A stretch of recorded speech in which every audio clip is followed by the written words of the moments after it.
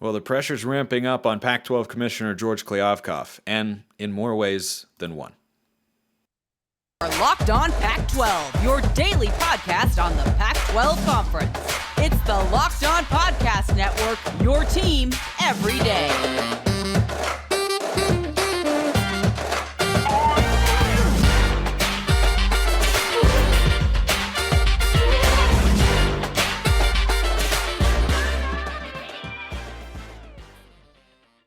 Welcome, everybody, to another episode of Locked On Pac-12. I'm your host, Spencer McLaughlin. Thank you so much for making this your first listen or your first view of the day. Part of the Locked On Podcast Network, your number one source to stay up to date with our beloved Conference of Champions. Like, comment, subscribe, please, and thank you wherever you listen to or watch this show, which today is brought to you by FanDuel Sportsbook, official sportsbook of Locked On. Make every moment more. Visit FanDuel.com/LockedOn today to get started. And there's been so much chatter between the Big 12 and the Pac-12, at least in this wonderful media space that we get to exist in. So I am joined by Josh Neighbors. He's the host of Locked On Big 12 and has many thoughts on our beloved conference, shall we say. But I feel like this is not the only time going forward. It kind of feels like in the years to come, the Big 12 and Pac-12 are just going to be always compared to one another. Josh, that's the way I feel.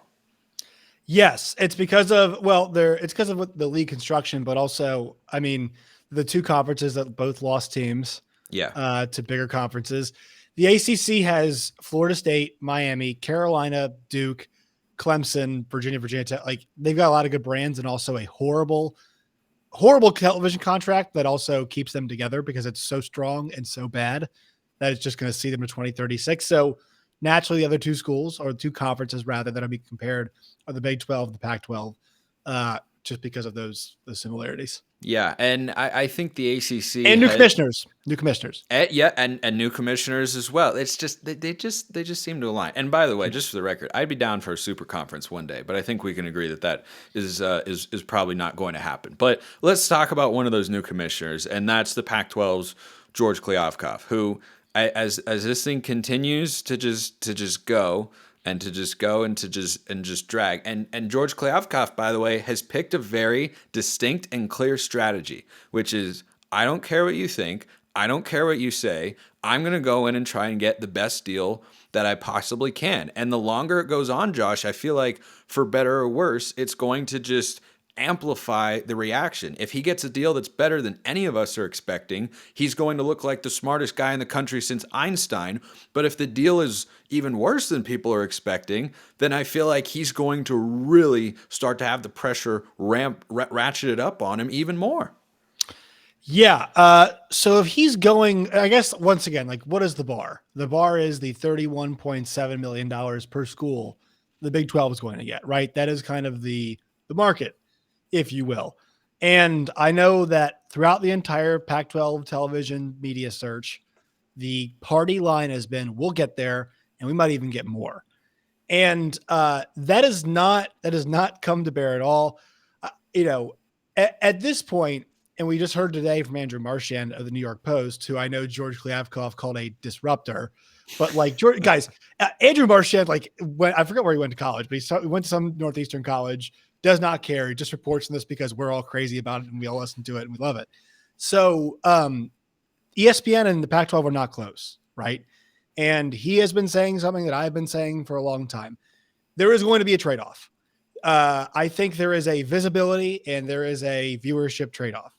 So there is ESPN, which will put you on ESPN, ESPN2, ABC, ESPNU, then also ESPN Plus. That is inherently more visibility, right? Because there is a cable component. Amazon does not have that. Apple TV Plus, at least at this point, does not have those things. And so if you go with an Apple TV Plus, they'll probably pay you more money, or an Amazon, they might pay you more money, but you lose visibility. If you go with an ESPN, from what Andrew Marchand reported, that 31.7 per school per year, no longer on the table. So you will take visibility, but you will take a financial haircut. So there is a trade-off. And the big question is, I think this is the number one question, do Oregon and Washington accept that? Well, so that's something I talked about on yesterday's show, which is that I think timing wise, it's either yesterday or Monday. Everything's blurring together at this point. It's all one big glob of information. But I think a 5 or 6 year deal is probably in the Pac-12's future. That's what I would expect. I'd be surprised even if it goes to 7, which I think is I'd be shocked. The uppermost limit, right? I'd be shocked. I think it's 5 or 6 because if you're Oregon or Washington, they might have an eye on the Big Ten in the future. But I think we've seen pretty clearly right now, the Big Ten is not going to come calling. And for all you people out there who love to say, Oregon and Washington, they'll just go to the Big Ten. The Big Ten has to want them. And the Big Ten looked at them, and in addition to Cal and Stanford, and determined right now, this isn't something we want to do. It's not worth it. Doesn't mean that can't change in the future. But I think if the Pac-12 goes for let's say a 6-year deal, which has been my prediction. Let's say it's a 6-year media rights deal. I think you can get Oregon and Washington to sign that because then they could look at it and say, well, if the Big Ten does want us one day, that might be around the time that they determine, okay, maybe we want to go shopping again. Yes, but so that is predicated off this. They would have to accept the massive gap that would come between them and the Big Ten schools in terms of earning in that window. So let's just say, I think the number is somewhere in the 80s, but let's just say Big Ten teams are bringing in, or Big Ten schools are bringing in $80 million a year. I think it's 70. I think it's 75 just from media rights, and then it gets into the 75. 90s and hundreds once they expand the playoff. So let's just say it's 75 right now, right? Let's just say they got the 31.7 the Big 12 got. That is double. That is well over. It's over double for those of you who are math folks, right? 31 is not half of 75. So there is a massive gap there already. And that's not just to Ohio State and Michigan. That is to Rutgers, Illinois, Purdue, Maryland, all of those places, which they are much better athletic programs on the whole, I would say, than those schools. Like not in basketball, which we're going to get to later in the show. Right, we'll get to that in a second. But yes, so that is a big part of this. Do you accept that big of a gap? And look, I'm not saying the Big 12 can offer that, but the Big 12 can't offer that. Even if the Big 12 wanted to make Oregon and Washington 120% partner, that still wouldn't come close. And so my prediction is this, and goes to your point about the Big Ten. If you're Iowa, if you're Purdue, if you are Rutgers, if you are Illinois, you are not going to give up any money for Oregon and Washington. You don't. But you might say, all right, what if the TV partners say we'll bring them in at $50 million a year or at $45 million a year? And Oregon and Washington say, well, that's more we're going to get elsewhere. We'll accept that. The other part of it is too, that's great. But what do those presidents and ADs think about the competitive part of this, right? If you take those schools, like if you are those middling schools I mentioned, there are 2 more schools that are most likely going to be better than you in football, right? Those are just better football programs than a lot of Iowa withstanding probably, but like Northwestern better, Maryland better, Rutgers they're better than Rutgers, they're better than Illinois, they're better than Indiana. All of those schools now have not 1, but 2 more opponents that are ahead of them on top of USC and UCLA, who I'm not sure I can guarantee at this point in time. We'll see how long, Lincoln Riley can never guarantee anything with him. I think they'll be up there, Chip. They're pretty good, but like Oregon and Washington are good football programs and are going to remain good football programs. It feels like regardless how good, that's up to them. But I think that is part of this is that what do the Big Ten ADs think and presidents think? Do they care about the competitive part? Or is it, we can get these schools, they're really worth more, right? Like Oregon and Washington are worth more than 40 and 50. I think they're $60 million a year properties, to be honest, right? They're worth more than Rutgers. They're worth more than Maryland. But, if we can get them at $45, $50 million into the league, sure, maybe competition, we might be behind them, but it could be worth it because when the next TV deal comes up, 2031, they're going to pull the trigger. And I mean, good God, Spencer, it might be $100 million a school that we're looking at for the Big Ten. Oh yeah. I mean, the growth of college sports is going live like sports this. In general. Live sports in general. Is just it's an upward trajectory, right? I mean, the Big 12 was able to get more money with this deal per school than they had with Oklahoma and Texas because of just the absolute growth. Like if they'd been able to keep Oklahoma and Texas, it probably would have been probably in the 50 million range. Probably around there. But there is another side to the coin for Oregon and Washington I want to talk about after I talk about FanDuel, of course, because the tournament is heating up. There's still one Pac-12 team left. Yay. And it's America's #1 sports book. New customers, you get a no sweat first bet up to $1,000. That's bonus bets back if your first bet doesn't win. Just download the FanDuel Sportsbook app. It's safe, secure, super easy to use. You can also combine your bets for a chance at a bigger payout with a same game parlay. I don't know if they've got odds for conference realignment yet, but I mean, they probably do. They've got everything you need over there. So don't miss a chance to get your no sweat first bet up to $1,000 in bonus bets when you go to FanDuel.com/lockedon. That's FanDuel.com/lockedon to learn more. Make every moment more with FanDuel, an official sports betting partner of the NBA. So the other side of that coin, Josh, for Oregon and Washington, because obviously those are your most prized commodities if you're George Kliavkoff, right? He's got to be able to keep them, because if they one day bolt, then I give more credence to the idea that the Pac-12 is going to get sunk. If they're gone, that's it. That's probably. It's at least the Pac-12 might be conference. around, but it's not. Yeah, it's going to end up. It would no longer be a Power Five without them, because of what they bring from a brand standpoint, a historical standpoint, and from a football standpoint. But here's the other side of the coin. I think what George Kliavkoff has to talk to them about, right, is if they look at that financial gap and say, man, that's a lot. I think that's why we need to be trying to go elsewhere. The Pac-12's also been operating at a financial gap for quite some time. And Oregon and Washington are the only schools that have made the playoffs. So maybe if you're George K, you go to them and bring up the unequal revenue sharing question, which is, do we need to give you just a little bit more? Is it really about that? But in the Pac-12, it's not as if the league has been, flourishing financially compared to everybody else, right? I think they've been above the ACC, but below the Big 12 in terms of a per school payout. But they were in the same kind of ballpark there. But they've been trailing the Big 10 and the SEC. Like, is the gap widening so much that you think it's now a larger consideration for them? Yeah, because we're talking about $40 to $50 million gap. That is, like that. And right now it's around like 20 to 30. Yeah, that is. I mean, we're talking about a ton of money, and like donors can't make that up, because all the other schools have donors too. And this is something the ACC has floated around. But here's the thing: the ACC, like, if you're Boston College, why in the hell would you give up any money? There's no incentive to. Now, maybe because you want Clemson and all of them to stay next time around, and they say, well, you know what, we don't want to be in a conference with them. Next time the contract comes up, they leave. But they might just leave anyway. If you're Clemson, if you're Miami, if you're Florida State, and you can get in the SEC in 2036, are you not just going to go and do it? Right? Like, that is a no-brainer at that point. Why wouldn't you do it? You're going to get more money. If money is your because you're talking about Boston College, right? Going to that. No, if you're FSU, Miami, Clemson, if you're the big FSU, Miami, Clemson, yeah.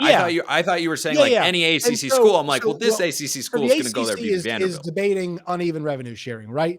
If you're Boston College, if you're Wake Forest, if you're Georgia Tech, the only incentive to give up some of your money is to say, well, you know what? The next time this comes around, the television contract comes around, hopefully they'll stay in the conference and they'll remember when we gave them some of our money and they stay in the league, right? Probably not going to happen though.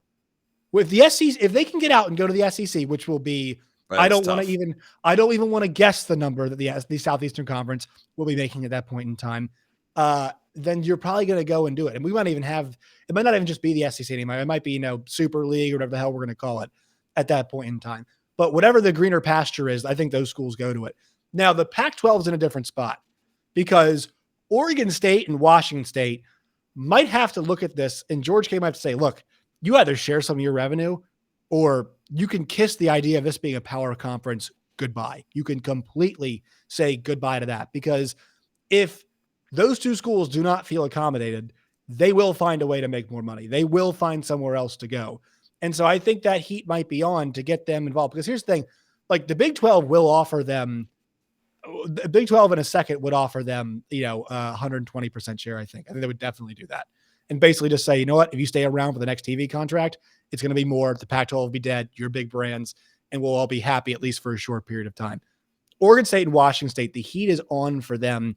I think in this situation, they might be compelled to do that, because guess what? You know who else might walk? Arizona State, Utah, and Colorado might say, well, you know what? If this thing's not coming together, let's just go take the safe money. And then, like Oregon and Washington, when the next television contract comes around, the Big 12 is more valuable because the Pac-12 is no longer a power conference anymore.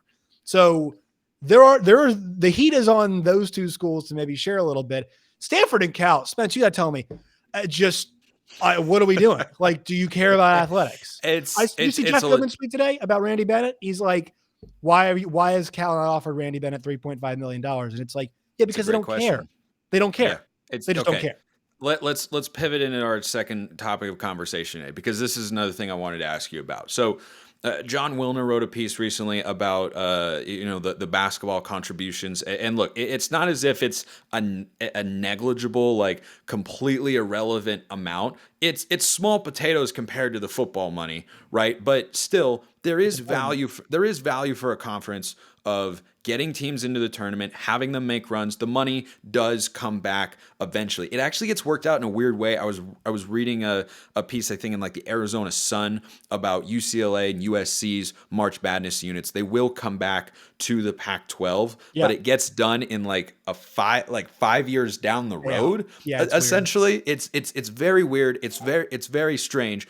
It can amount to, a couple $1 million per school, but if you were to get to a place where you could send 6 teams to the big dance instead of 4 and have 2 of them, make Elite 8 runs in any given year, that sort of stuff is valuable, right? Like when Oregon State and USC have made Elite 8 runs, that sort of stuff. It's worth something. But the basketball question here, when George Kliavkoff came in as commissioner, one thing that he made very clear was he wanted the conference and he wanted the schools to prioritize football in a greater way than they were before. Whatever he told them, I think is working out pretty well, because the schools have made better hires, they've committed more money, and the conference is in a really, really competitive place. They just had 6 teams in the top 25. But basketball-wise, Josh, I just feel like there's no standard at some places. Like Jared Haas is going back to Stanford to be the head coach next year. Unbelievable, unconscionable. Why? It makes no sense. Here's the other thing too.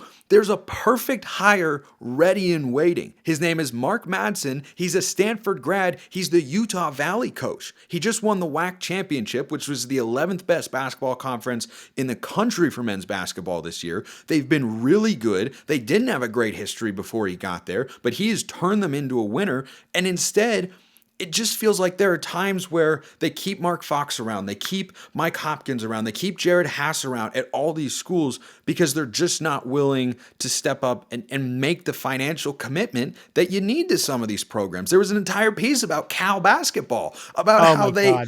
I mean, it's like, that's embarrassing. You know what's funny? Do you remember a good dear friend of ours, Conzo Martin, coached at my alma mater, University of Missouri. Do you remember who he had at Cal?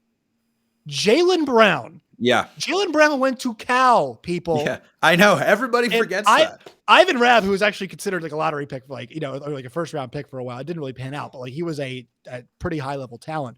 They had Wallace and Matthews, I think, were the guards they had. They had like a really good team. They had a really, really good team. And they were a complete joke this year. And I'll tell you what, this is the difference. Look at the Big 12, and I'm just using the Big 12 as the best basketball conference, but think about the coaches in the league.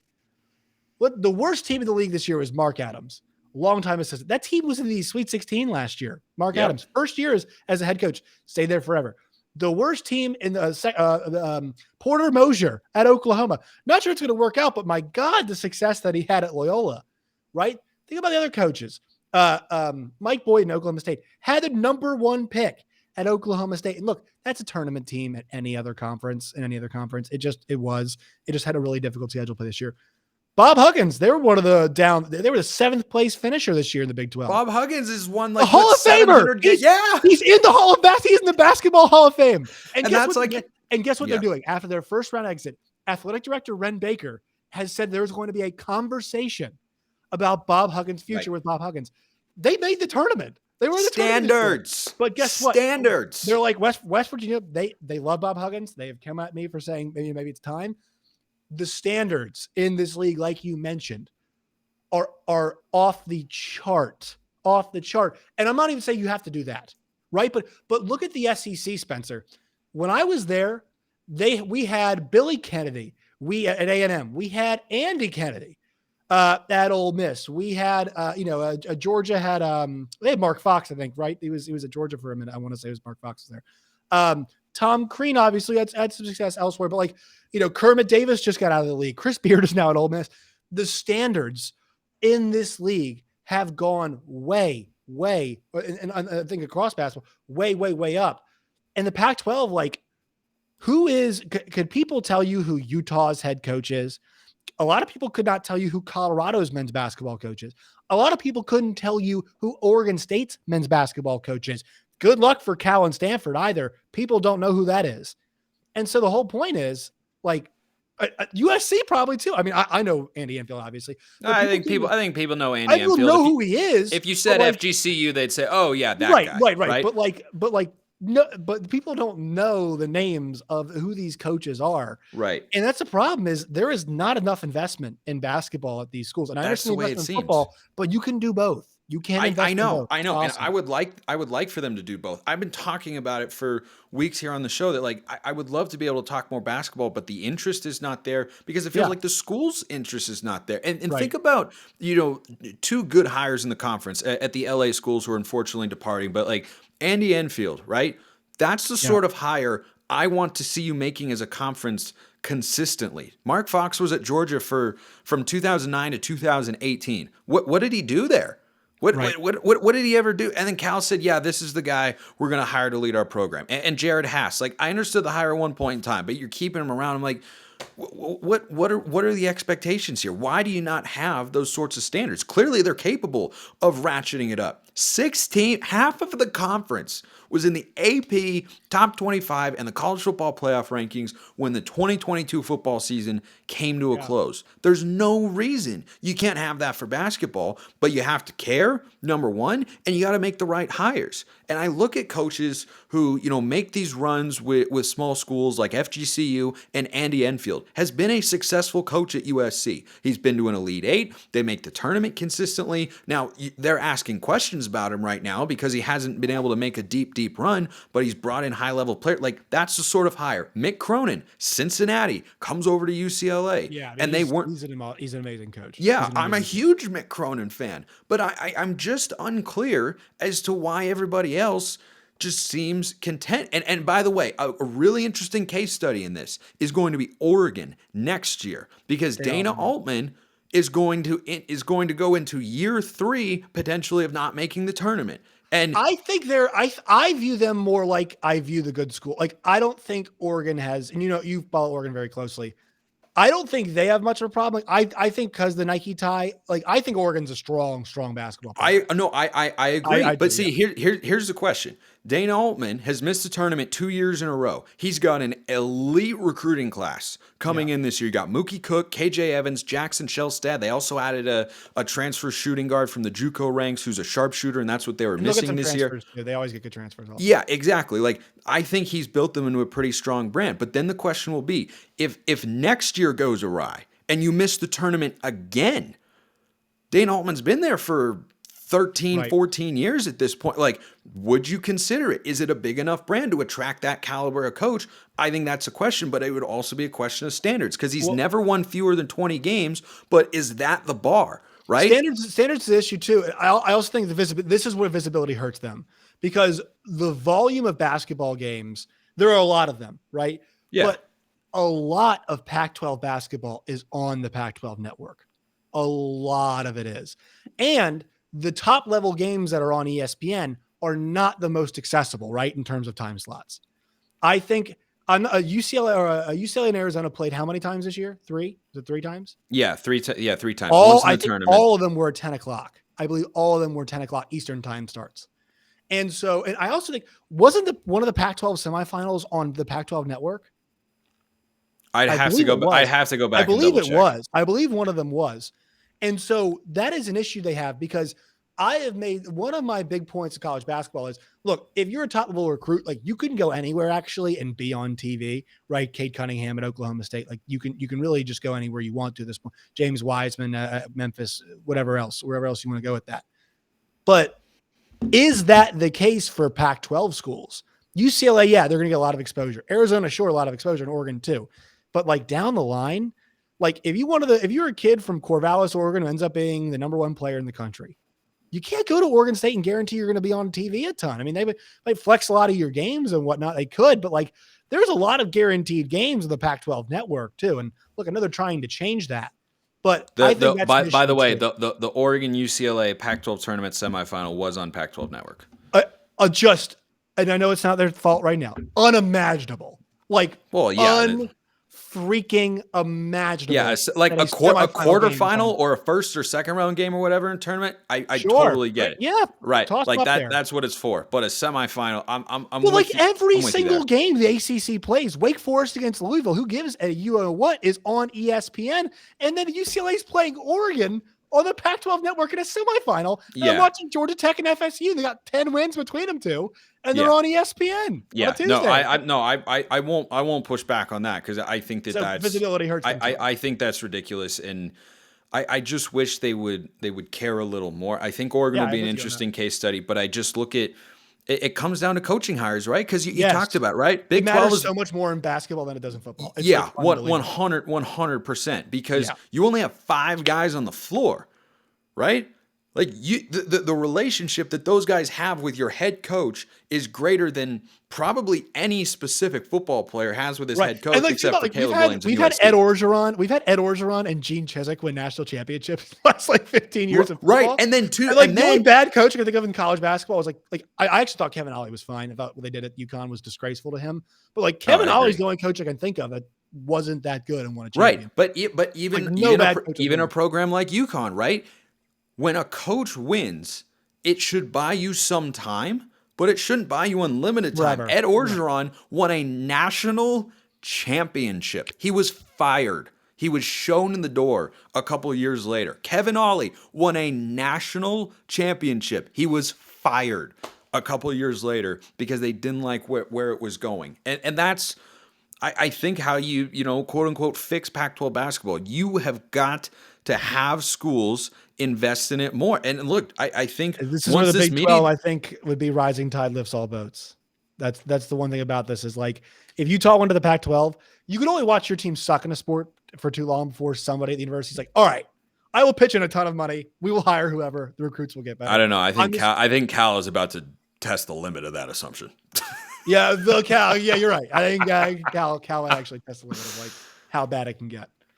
But I think the Big 12, when you're in such a good league, you see all Kansas State succeed, all Oklahoma State. Like you see all these Texas Tech almost won a national championship. Lubbock, Texas almost had a basketball national championship. Yep, they have a decent tradition, but like my God, like you can do it anywhere, and they're not.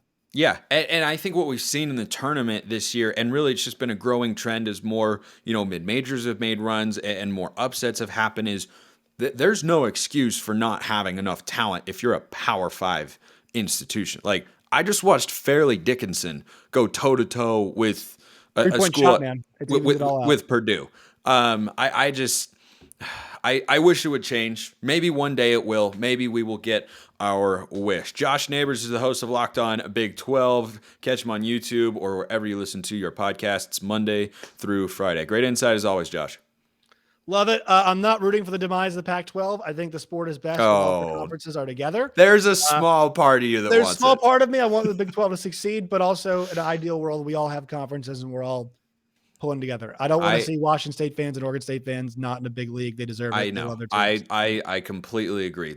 We all love our teams the same way, Spencer. We do. Yes. Let's agree on that. Let's end with agreement today. That's always fun. Appreciate everyone listening. See you next time. Have a wonderful rest of your day.